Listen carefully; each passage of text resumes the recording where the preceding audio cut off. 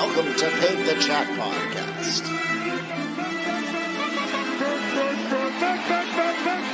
Presented by Blockade Media.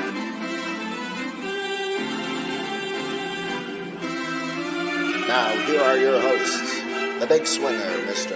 Robin Vogt, and fast on the bases, Mr. Sean Michaud. He's a big spark plug. Play ball.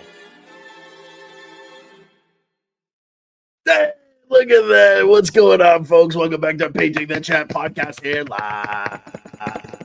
Friday night. Woo! Late show. We love it. We're up. We're at it. Sean's here at the compound. At the Vote compound here in Durham. Thank you all for people who are tuning in live right now. That's right. Episode 5 of Painting the Chat podcast is here. Sean, how's it going this evening? I'm happy to be here. Same here. I'm happy you are here. I'm happy you are actually here. Actually here. I know. It's so weird. I'm not used to this. But anyway, we've got some stuff to cover this evening. We've got WNBA news that's been coming in flurries This as it past goes outside. week. Yeah. Past week has been crazy with the WNBA. We got Super Bowl predictions. Yeah. We got a week until Super Bowl. So they might change. But we're going to find out whether they change or not across the time. Let's kick it off with, of course, the title of this episode, which is The Big Game is Almost Here. I called it Swift Bowl 2 because we have another Kansas City Chiefs versus Philadelphia Eagles matchup that Taylor Swift will be in the box for, which is really cool. Mm-hmm. And won't be the Kelce Bowl necessarily this year because, of course, Jason Kelce retired this past year. Yeah. But listen, we got the Kansas City Chiefs. They have been dominant all season in the NFL. And the Philadelphia Eagles, who almost lost it to the LA Rams early on, had a rough ride into the playoffs. And then the last game, they just demolished Washington. Goodness, yeah. That I did not expect whatsoever. I thought Washington would have put. They did put up a fight at the very beginning, but then Saquon took over. Yeah, I mean Jalen Hurts played the whole the game. I thought he was not going to play, but apparently he did. So, which is glad he did. Yeah. So we also want to lead off tonight, of course, thinking of everybody in Northeast Philadelphia right now. Cannot even imagine what tonight is like for y'all up in that greater area. So our thoughts and prayers with you. And of course, thoughts and prayers with folks also in the DC area, folks who are on that American Airlines flight, your families, everybody involved, the 3 soldiers that were in the Black Hawk helicopter, of course. Hey, Lauren. Hey, what's up, Lauren? Yeah. Vote for vote. Yes, exactly. Bingo, bingo, bingo. So thoughts with everybody, of course, this evening. I think the Northeast Philly stuff took us by surprise this evening, too. I mean, I can imagine with the Philadelphia Eagles Super Bowl run, I'm sure a lot of people are out and they're, you know, either at the bars celebrating this week or getting ready for Super Bowl week next week. Your dad said he was watching the 76ers game, and they had to actually stop for a moment because they treated like they didn't know what was happening. Yeah. I mean, they got news that a plane had gone down. They didn't know what to make of that. So we won't get into too many details. You can follow that on the news, but our thoughts are with the folks tonight in Northeast Philadelphia. We know some people from Pennsylvania and whatever else, and some folks up that way. So definitely thinking of y'all. Let's get into the Super Bowl talk. Of course, big matchup, Chiefs, Eagles, Swift Bowl 2. Sean, I think the most interesting part of this upcoming Super Bowl not only is the halftime show. Oh, yeah. We just came off of doing our Grammys preview. More, I think the last time we spoke, we didn't find out until I think SZA's also performing with Kendrick. Yes, SZA is going to be added to that lineup at halftime in New Orleans. They're definitely they have a couple songs together to do it. So, will Taylor Swift come out on the field and perform with Kendrick Lamar is the question. Hey, probably not. You're right. That definitely won't happen. Do I want to see a photo of SZA and Taylor Swift again? Yeah. Oh, yeah, absolutely. I would imagine. And with Kendrick again. But the physical game itself, though, I mean, the Eagles have powered their way through into the playoffs. The Chiefs really had no problem making it this far. I think this is an interesting Super Bowl this year, Sean, because It's a repeat from a couple of years ago. Repeat from a couple of years ago, but I think that both of these teams, there's a part of me that is like, yeah, the Chiefs doing the three-peat, being added to that dynasty conversation with Patrick Mahomes, Travis Kelce, the rest of the squad. But there's something that's pulling me in the direction of Philadelphia redemption game. That's like, you know what? We got beat by these guys before. We're not going to let this happen again. And I don't know what it is about this Philadelphia team. Maybe it's because they have a really fantastic running back in Saquon Barkley. Yeah, they do. And them running against that Kansas City Chiefs defense. Yeah, they proved in the last game. Sometimes there's such thing as having too much rest, right? And Philadelphia kind of had to play their way through the playoffs where Kansas City skipped over like a full couple of weeks. And now they're back on the rest train again, having to rest up for the Super Bowl, where the Eagles are pretty much motivated and ready to rock and roll after playing 2 straight playoff games to try to even get this far. And now they got to, like you said, they got to prepare again. And now they got to prepare. So we're at an interesting place, Sean, where I would like, if I were to be a betting man today, and we don't have the over-under numbers yet in terms of what the score in the book too early for that. Really, it's really early for that. Like accurate numbers for how to go. But if you were to tell me to take the over or the under in the game, roughly about 45 points total scored. So you're talking like a 28-25 game, like something really close, right? I would definitely take the under in that, because you're going to have a game where I feel like the past few Super Bowls haven't really been blowouts. They've been very low scoring games that have been like in the 17-20 range. I mean, we saw that with the last Chiefs game with with the Bills, which was Bills, a really close game. And I thought the Bills were gonna get close by it until I think the third quarter. I was like, okay, I don't think they're gonna make it. Yeah, no. And you have 2 fantastic kickers, of course, in Harrison Butker, and you also have Jake Elliott on the other side for the Eagles. I think you're going to see a real shootout. I think the under makes a lot of sense because you're going to have 2 great quarterbacks going at it as well. I think this is like a 17-14 game. I think we're going to go into halftime for Kendrick Lamar, and it's going to be like a 14-0 game or a 7-0 game. It's going to be a 0-0. Well, yeah, we've seen that in the past. Yeah, well, I mean, we have. I mean, if these 2 great teams do it, and 2 really good defenses, like you got Kansas City's defense against, and very good offenses too. Yeah, I know. And so they're going to be running into each other consistently. Favorite Super Bowl of all time, is that? Wow. Favorite Super Bowl? Are you talking about Super Bowl or halftime? Well, let's do what we're thinking in terms of picks, and then we'll do favorite Super Bowl of all time, because I've got one in mind. It was really like a favorite, but I'm leaning towards the Philadelphia Eagles to pull this off by a field goal. Me same, honestly. Yeah, it's gonna surprise everybody, but in terms of the Chiefs, right? Yeah, somebody's got to humble the Chiefs. Somebody's got to do it. I don't know who's gonna do it, but I kind of do hope they do it. I mean, it'd be cool to see the Chiefs get a 3-peat. Sure, I'm not a Chiefs fan, but does Travis Kelce retire if he gets the 3-peat? That's what I've been hearing is like, does he finally say, I've got those 4 Super Bowls at that point? Then can I just retire? Or does and he move want on? to do kind of like try to become like Tom Brady? Win multiple Super Bowls here. As long as Patrick Mahomes is throwing him the ball, that he just stays in the league. It's an interesting point. Yeah. Or does he pull LeBron James? He's like, I'm going home to Cleveland, right? Does he pull something like that? I don't know. I mean, that's a little bit different with LeBron James versus Travis. I think LeBron has it's a totally different sport. It's like totally different sport. But in the long run, LeBron's better. So you're taking the Eagles as well on this? I am. Yeah. I think the motivation is there. I mean, I'm not saying that the events that have happened recently in Philadelphia will motivate the team to do things, right? Yeah. Like we saw that with the LA Rams. Yeah. They were super motivated coming into that game, and they kept it really close with the Eagles for a while. So I think there is some of that where a current event happens in a city. It does happen. Yeah. You play for your city kind of thing. but you're taking the Eagles as well. Yeah. Yeah, I like the Eagles in this game Yeah. too. And I want Jalen Hurts to get it.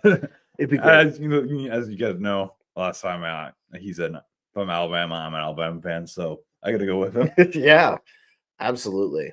Yeah, I would say that. Yeah, I would like to favor the Eagles in this upcoming Super Bowl as well. But favorite Super Bowl of all time, proposed by Laren here.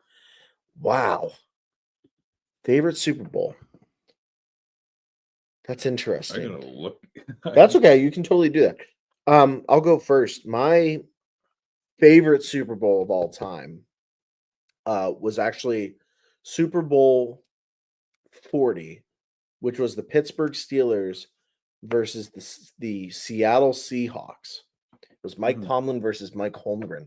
And that was a really great game because Jerome Bettis was just absolutely a beast on the ground. Ben Roethlisberger at the time was having a great season. And you know what the other interesting thing about that team, too, is you had Plaxico Burress. You had a really great Pittsburgh Steelers offense. Yeah. And Seattle was coming into that game with Matt Hasselbeck at quarterback, and they were like the clear favorites. Everybody was like, oh, it's got to be Seattle. Seattle with Mike Holmgren and that entire squad. They've got to be the ones to win the Super Bowl. They went to Detroit, and Pittsburgh handed them the loss. And I was always impressed with that Pittsburgh Steelers team. When I have, the New York Jets are my favorite team. The Philadelphia Eagles are my second favorite team. The Pittsburgh Steelers are right there. They've always had a really great football franchise, always a solid team. Mike Tomlin's done a great job as head coach, even though recently they've been kicked out of the playoffs. They have good seasons and then they get kicked out early. But that was the Super Bowl for me. I was like, wow, okay, the Pittsburgh Steelers are a no-joke franchise. They really do a great job. I know a lot of people who watch this show and listen to the show probably have the New England Patriots first Adam Vinatieri game-winning kick against Kurt Warner in the then St. Louis Rams in that game. I believe that was also played in New Orleans. So New Orleans has quite a bit of history when it comes to Super Bowls. Yeah. I think one of my favorite ones probably has to be the I'm looking at the list there here. I don't really I'm not as a huge football. I'm more of a college football guy but the most memorable one, not my favorite, but the most memorable one is when I went to your house back in Exeter. We watched I think Super Bowl 50 or whatever. Not 50. It was Super 40. It was 2016. It was the Broncos versus the Panthers. Oh, Broncos Panthers. That was a good game. It was not my favorite one. That was Peyton Manning versus Cam Newton, wasn't it? Yeah, actually, that might be my favorite one. Actually, honestly, just thinking about it, Peyton Manning won his first Super Bowl that year with the Broncos, or his last Super Bowl that he would win with the Broncos that year, and that was a really good team they had too. Yeah, I was hoping the Panthers were going to win that Super Bowl too. Cam Newton was dynamic. I think we were both rooting for the Panthers during that time. Yeah. Yeah. It was a really good Super Bowl. Yeah. So, Eagles. That's our first picks, folks, out there. Preliminary picks. Philadelphia Eagles to beat the Kansas City Chiefs. Well, actual picks what we will do next week if we do when it comes. Yes, and keep your eyes on it. We'll do actual preview of it. So, just a little teaser as we lead up to the we're heading into the Pro Bowl time here, and then of course Media Day is right around the corner. I believe that's this week, Media Day in New Orleans for all the players to kind of introduce themselves again and whatever else. That was very interesting, Sean. Just quickly before we get into some other B-ball basketball talk here, because there's a lot of stuff happening in the WNBA that we want to cover. Found it interesting today on First Take on ESPN with Stephen A. Smith, Molly Curum, the entire team. A very interesting point came up from Cam Newton himself. And he talked about how frustrating it is for Super Bowl when these guys who have been very good to the media all year, do interviews and whatever else, how frustrating it is for quarterbacks and for players who are main players on the team, focus players, having to do so much media-based stuff to take them out of their routine. Yeah, that's before the tough. Super Bowl. I feel like college is now running into that too. This is sports in general that's doing it. And that's what Stephen A. Smith said. He was like, that's kind of a part of the game is the media end of it. So you have this split between the media and the players where the players are like, I really don't want to do another interview today. Yeah. I want to get back to eating my healthy food, doing my workout and like resting and stuff. And the media is saying, you have an obligation to us. Like, do you think that there's like, do you think the media is getting too much? Like in terms of, or do you think it's like an even balance? It's like, you're a sports star, you're getting paid millions of dollars. You should talk to us when you have the chance. I mean, I get both ways. I mean, if you're getting that much paid, I think you should do it. Yeah. I mean, at that rate, like it's part of the job. But if you're like not doing it as paid, but there's days, off days that's gonna happen that you don't want to talk. It happens to everyone. But like it's the same thing with like the preference conferences and all that. Right. Like, Pat's the reviewer's in here. See how's it going? Hey, how's it going? Good to see you, Pat's the reviewer. Thanks for tuning in this Thank evening. you. Yeah, I agree. The media end of things, if you're getting paid millions of dollars to do those media. I mean, Bill Belichick. Let's talk about Bill Belichick just for a quick second. Yeah. He had the best ones. It was one-liners. It's like, okay, you want me to come in here and you want me to give you an update about how the team's doing. I'm just going to give you, we're on to Cincinnati. Yeah. We're moving on. Like, this is how the game went. This is what we're doing next. Each person that does like media stuff and like press conference, like there's people that do like they try to be funny and all that, and like that's just the personality. And then some people are just like having an off day. It's like I don't want to talk. I just do one word. It happens. Yeah. And I think that there has to be an understanding of that too. Yeah. Right at the same time. Speaking of media and positive media stuff happening right now, WNBA. Oh my God. The last few hours even. A few hours. Why don't we just break it down? Like literally like the first, like the biggest news that came apart with the Aces with Kelce Plum going to Los Angeles Sparks. Yeah, I mean that was I did not expect that. And then having what's her name going to the Aces, playing with Asia. Can't remember her name. That's okay. Yeah, the trades were kind of like a flurry of them started happening early on. I mean, there's been more trades with the WNBA offseason than there have been leading up with the NBA. I know. I feel like we can trade like more of which we will do coverage of when the NBA trade Jewel Lloyd. Sorry. Jewel Lloyd, yeah. I mean, that picture right there, too. I mean, what is it teasing? It's teasing that yeah, Kelce Plum going there. Yeah, I mean, they're loaded up, the Los Angeles Sparks right now. Yeah. And there was another trade that just happened today with the Wings, which is I gotta look it up again. Who it is? Because so it's gonna affect the draft. The draft. Who is? Because I think I also showed you the other day another trade. Yes, I can't remember who it was. So Sabali was traded to the Mercury. That's Sadie Sabali. Number 2 overall pick in 2020 to the Phoenix Mercury. So the Dallas Wings made some trades to try to make moves in order to, I would guess. Oh yeah, with the Indian Fever as well. With the Indiana Fever, playing with Cunningham, right? She went to. Yeah, she's going to play with Caitlin.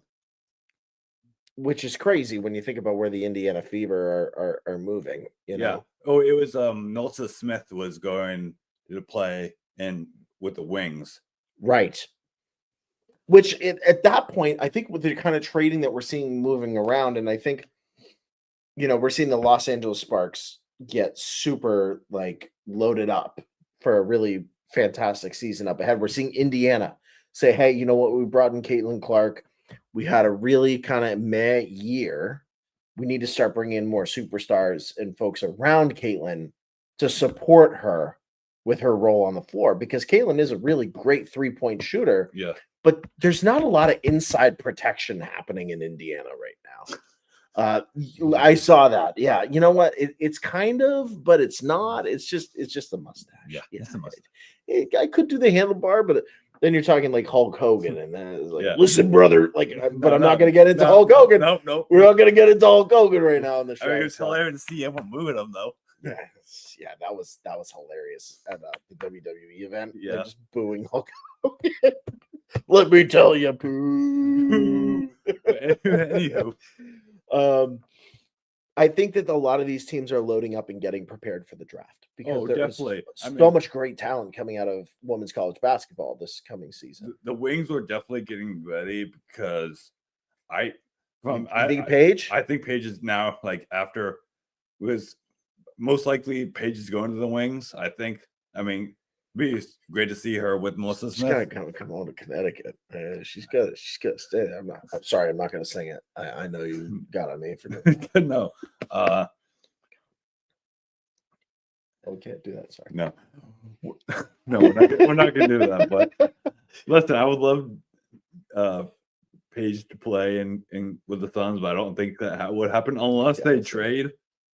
Unless they have her play the first year in Dallas and then get traded. I don't know. Depending how she goes. So. But Dallas just made some trades.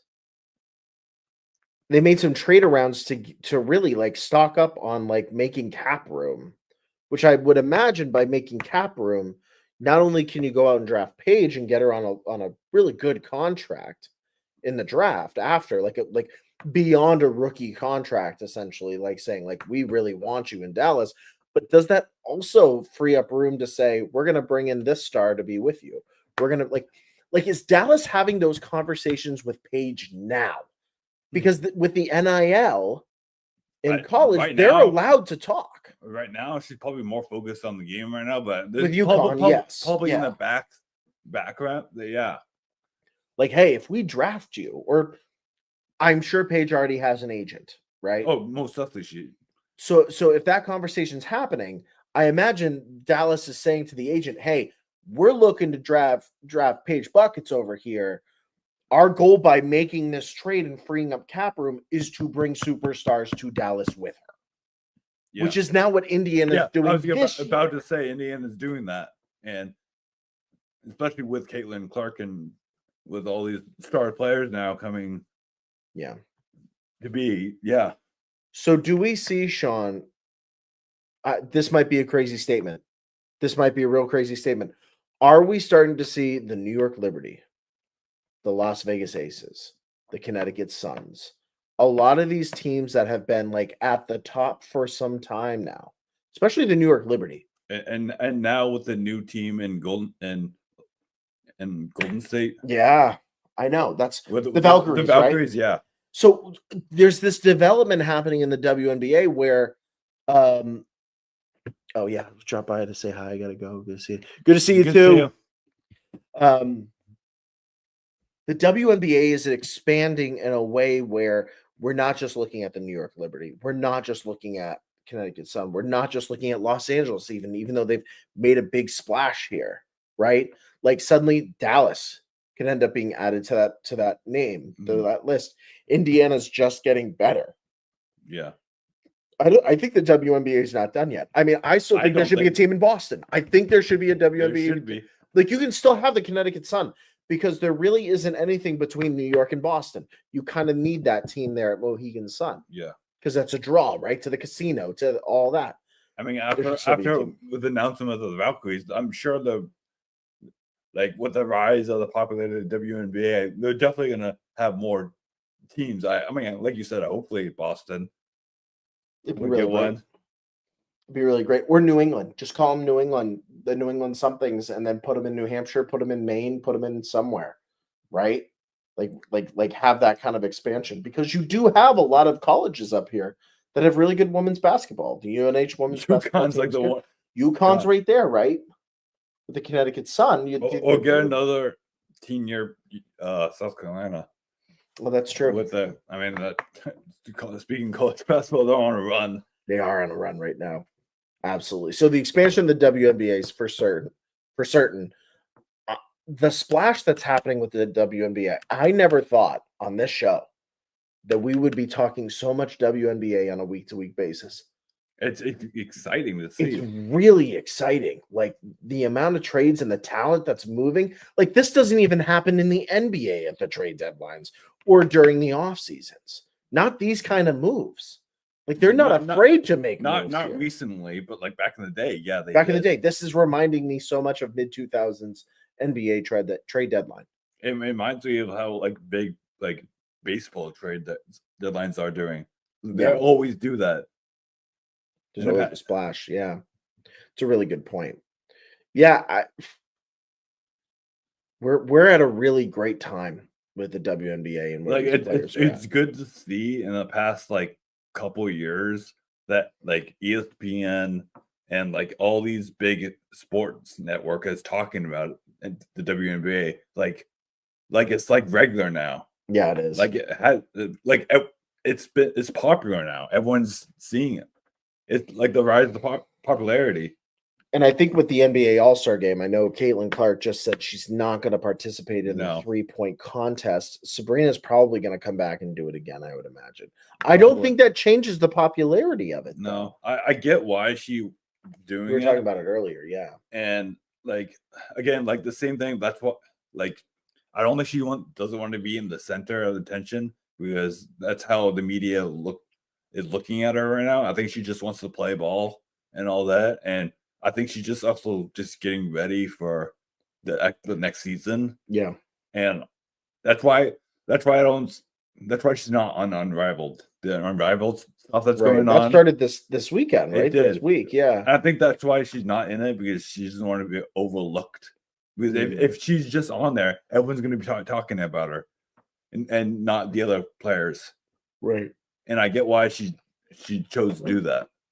And the Unrivaled was started by the folks from the New York Liberty. Yeah, Brianna Stewart and Stewie and Sabrina, right? No, it was Brianna Stewart and which also, by the way, Brittany Griner was on. Oh yeah, yeah, the other Atlanta. Yeah, that's what we forgot. Yeah, Brittany Griner's going for 1 year for the Atlanta Dream, right? Yeah. So there's another franchise that's adding somebody who has a recognizable name, of course. I mean, some could say Brittany Griner's towards the end of her career as well, in terms of production. I would argue that the name is enough to bring in people, though, to play with her. Well, I was gonna say, I think Asia is gonna become like that new Brittany Griner. How good she was in Las Vegas, yeah. Nefisa Collier. That's too okay for and Brianna Stewart. That would make sense. Yeah. So I would say my early pick then for WNBA champions. I mean, you really can't go against Las Vegas most of the time because the Aces always find a way in the playoffs. I know, but I'm thinking either the Sparks this year with Sparks seem like having and finally hopefully seeing a healthy Cameron Brink. She got hurt last year, and she's doing great in the Unrivaled. Night, Laird. Good to see you.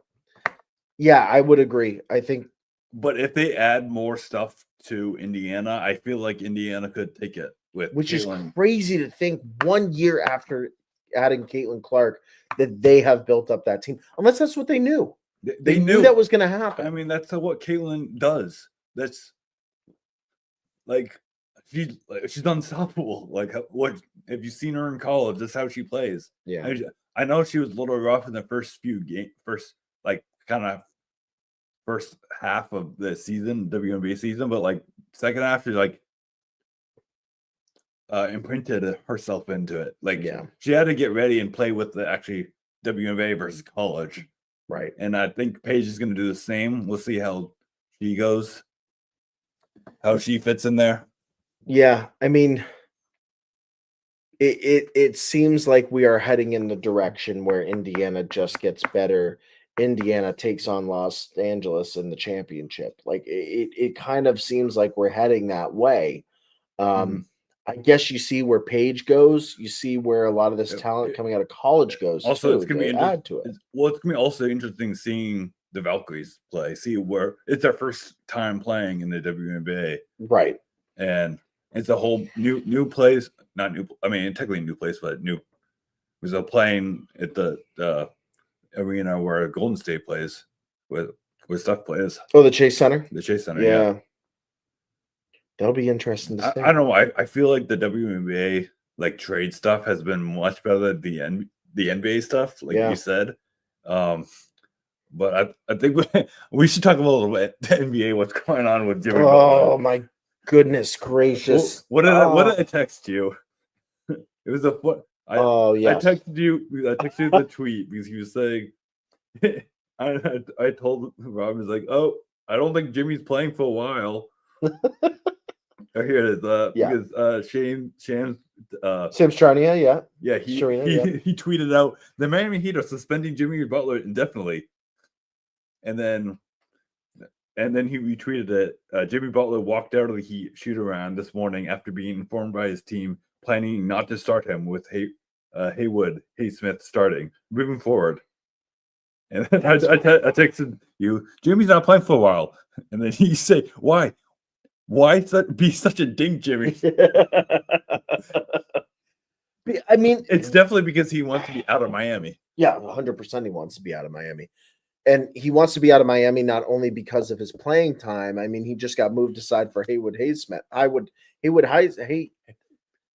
Is it Haywood? It's Haywood Highsmith. Oh, man, that is a name. Haywood Highsmith. Just call him Double H. Double H. Let's call him that. That probably pissed him off, I would imagine. Oh, I mean, this is the second time, probably more than the second time that he's been like this.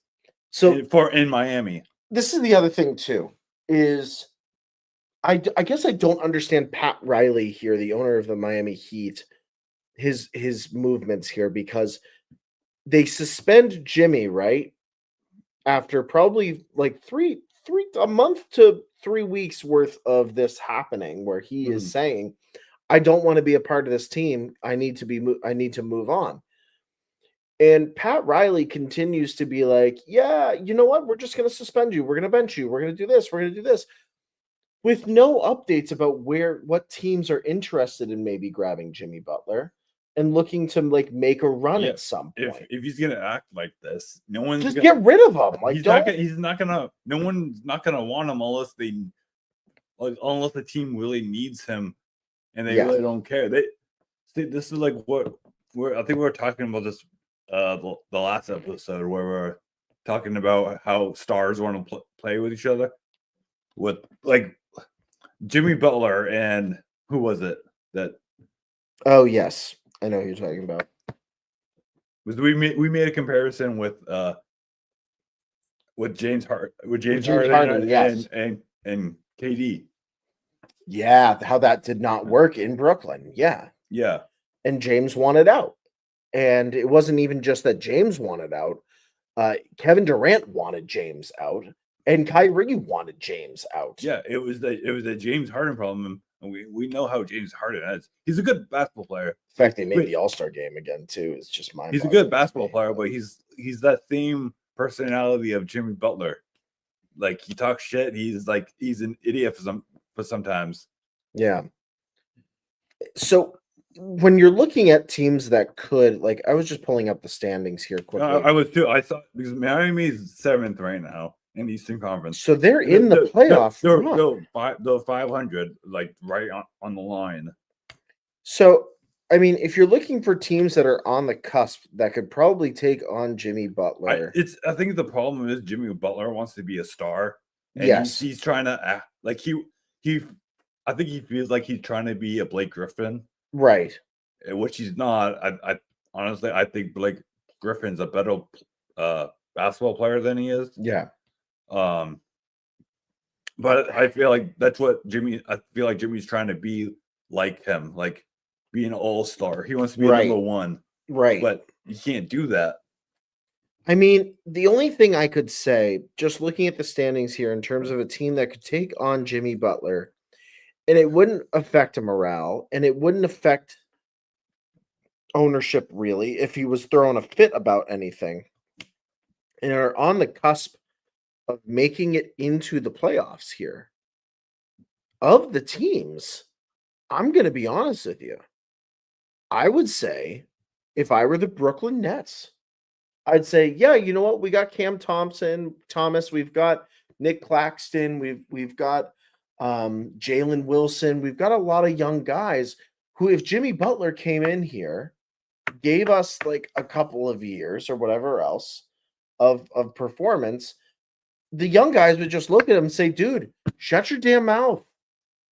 Like, we are not in the playoffs currently. And if you're not willing to step it up, then we're just going to learn from you and the skills that you do bring to the floor and utilize them. So Brooklyn's one that's kind of out there and floating around for me. This is the same, but it's not the same situation, but it's similar.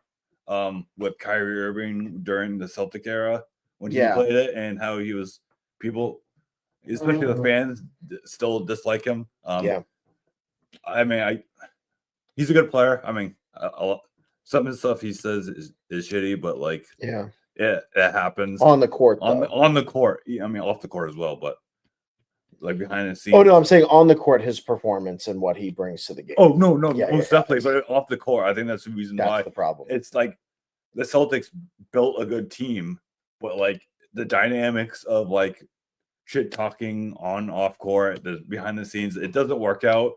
Right. And if that doesn't work out, it affects your performance. Right. To be 100% honest with you too, Sean, I mean, there's a sneaky part of me that wants to see Jimmy go to the Clippers and try to work his way with James Harden. I would love to just see that dynamic try to play itself out again. I can't see. It's funny. I can't, because there's a lot of teams that are like Jimmy Butler could lead us to the promised land, and I'm like, I don't know if that's the case. I think you're pretty good where you're at. Anymore. He's not performing as well as he used to. But I'm like, I mean, same with James Harden. But look at a team like the Detroit Pistons, who have been absolutely disgusting these last like 5 years, right? They're 24-24 and in a number 6 seed, right? You've got Cade Cunningham there. You got Jaden Ivey there, okay? Mm-hmm. If you were to add a frustrated Jimmy Butler to that Detroit Pistons lineup, right? To be honest, I think Jimmy kind of matches the Detroit Pistons mindset, the bad boy Pistons, a little bit. I don't know. I feel like Jimmy wants to go play with Golden State. See, he wants this. This is what's so fucking frustrating. Is Jimmy wants to have this big show that follows him. He wants to do try to do the great three again, and like this day. Is he the Antonio Brown of basketball? Where Antonio Brown just like walked off the field and like ripped his shirt off in the Buccaneers game, was like, I'm done. Like he just comes off as this guy who just wants like attention. Is that why you got that stupid haircut? Yo, yeah. I mean, we know why. Yeah. Send him to Washington. The Wizards are 6-41. Send him to Washington. I've been playing with the Pelicans. Actually, to be honest with you, Zion that would be interesting. They're 12-37. I was gonna say Trailblazers, but I don't. No, the city of Portland doesn't deserve. No, I was gonna. That's why I was gonna lead up. I was like, they don't deserve it. I love the city. What about San Antonio with Victor Wembanyama? No. I don't think that would bother Victor because he's played overseas. Like he's. Would it affect his performance though? With Jimmy? No, because Jimmy wouldn't be missing shots and Victor would just be slamming them back down. Like, would Jimmy be still starting five? That's what he wants. Jimmy wants to be in the starting five. That's true. If you're talking about Jeremy Sohan and Keldon Johnson, he wants to start and he's not performing well. That's why he's on the bench. He's not starting. That's an interesting point. So it's a place he can go and start. It's got to be a team that's out of the playoffs then. Yeah. It would have to be a team like Washington. It would have to be a team that just can't find its place right now and needs to bring in a Jimmy Butler to be like, okay, who else can stand being around Jimmy Butler? See, that's the other problem because he's not going back to the Bulls. No. I don't think the Bulls need him. With Ball and DeMar DeRozan and Zach LaVine. Like, I know they're in the hunt too, but what they'd have to give up a lot. Like, this is the problem too. Pat Riley is looking for a lot. He's not just going to trade Jimmy Butler for like a couple of picks. Like, he's going to look for something in return, because not only is he going to have to pay Tyler Hero and Bam Adebayo in the offseason, but he's going to want to have somebody in case Kyle Lowry is going to retire, of course, coming down the road here, but he's with Philadelphia now, so that doesn't count. He's with the 76ers. Maybe Jimmy goes back to the 76ers. Maybe. I don't know. Because that's where he started, right? He was drafted by 76ers and then went to the Bulls.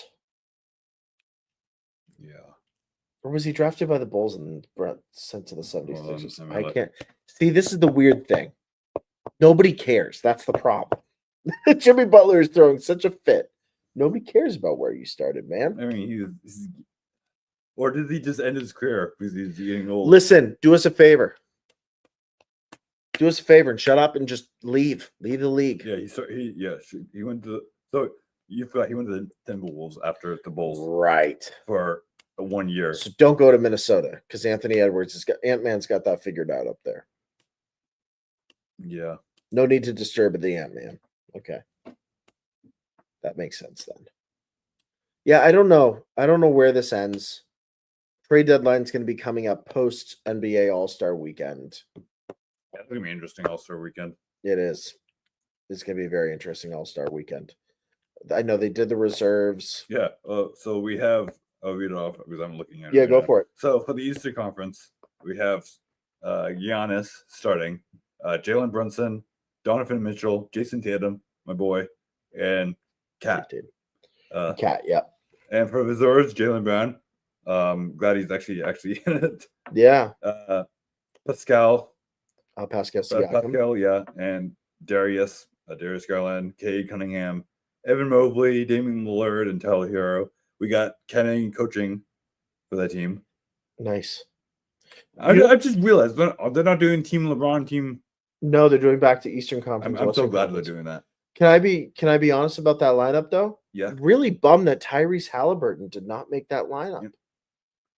Tyrese has been really good recently as well.